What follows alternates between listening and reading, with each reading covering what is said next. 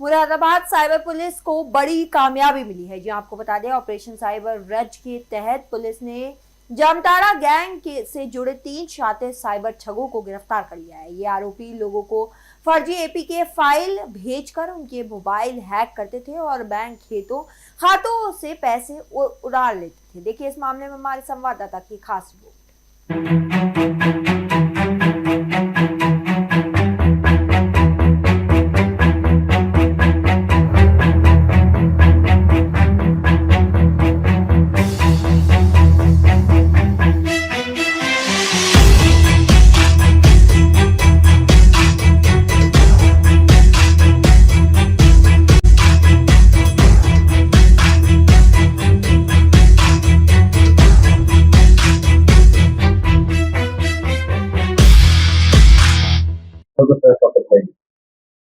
देखिए, operation cyber वज्र के तहत हमारी जो साइबर थाना की टीम है और सीओ क्राइम, इन सब लोगों की टीम ने एक बहुत ही अच्छा गुड वर्क किया है और इन लोगों ने एक इंटरनेशनल गैंग के 3 मेंबर्स को, जो बेसिकली जामताड़ा के रहने वाले हैं और ये मुरादाबाद में आकर और यहाँ से साइबर क्राइम्स कर रहे थे, इस 3 आदमी को पकड़ा है।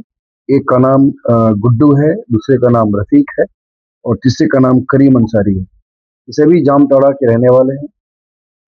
एक्चुअली जब से जामताड़ा में रिस्ट्रिक्शंस हुआ है, वहाँ के सारे क्रिमिनल्स इस देश के डिफरेंट पार्ट्स में जाकर कर वहाँ से क्राइम कर रहे हैं और उसी में ये मुरादाबाद में ये लोग लोकेट हुए थे। आपको पता है कि प्रतिदिन पोर्टल के माध्यम से इंफॉर्मेशंस ऑलमोस्ट प्लेटफॉर्म पर शेयर होती है। तो हम लोगों ने इस पे काम किया और थाना कटघर की टीम और साइबर थाना की टीम, दोनों ने संयुक्त प्रयास से हम लोगों ने तीनों को पकड़ा है।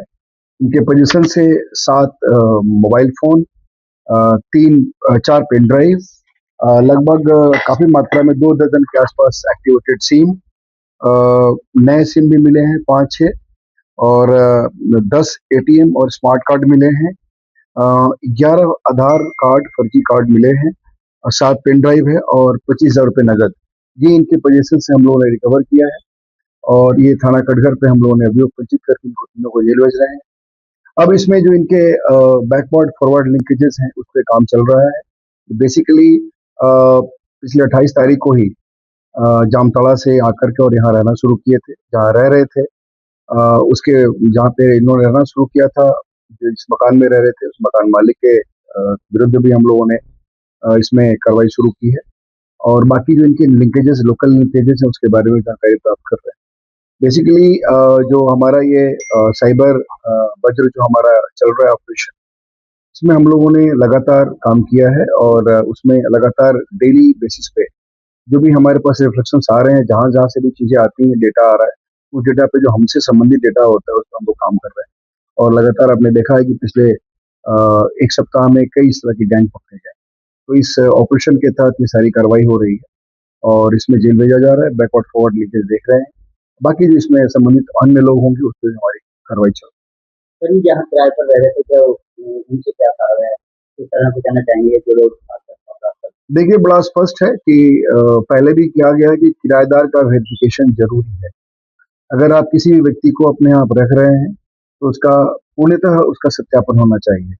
पूर्णतः सत्यापन का मतलब ये नहीं कि आपने कहीं अप्लाई कर दिया और सत्यापन नहीं हुआ उसके बाद उस व्यक्ति को आपने रख लिया और जो डॉक्यूमेंट्स वो दे रहा है उसको आप सही मानते हुए अपने अपने यहाँ रख लिया। ऐसा नहीं होना चाहिए। उसका प्रॉपर वेरिफिकेशन, उसका परमानेंट एड्रेस है जहाँ से वो आया है, उसको वेरीफाई करने के बाद ही आप को लिखित में उसके सारे मैंने यहाँ तक भी कहा है लोगों को कि उसके बायोमेट्रिक्स ले लीजिए, उसके जो फिंगरप्रिंट वगैरह वो ले लीजिए, उसके फोटोज ले लीजिए, यानी उसका भी डिजिटल रिकॉर्ड भी रखिए और प्लस जो उसके पैन कार्ड, आधार कार्ड ये जरूर अपने पास रखिए। तो ये हम लोगों ने पहले भी यहाँ के लोगों को अलर्ट किया है।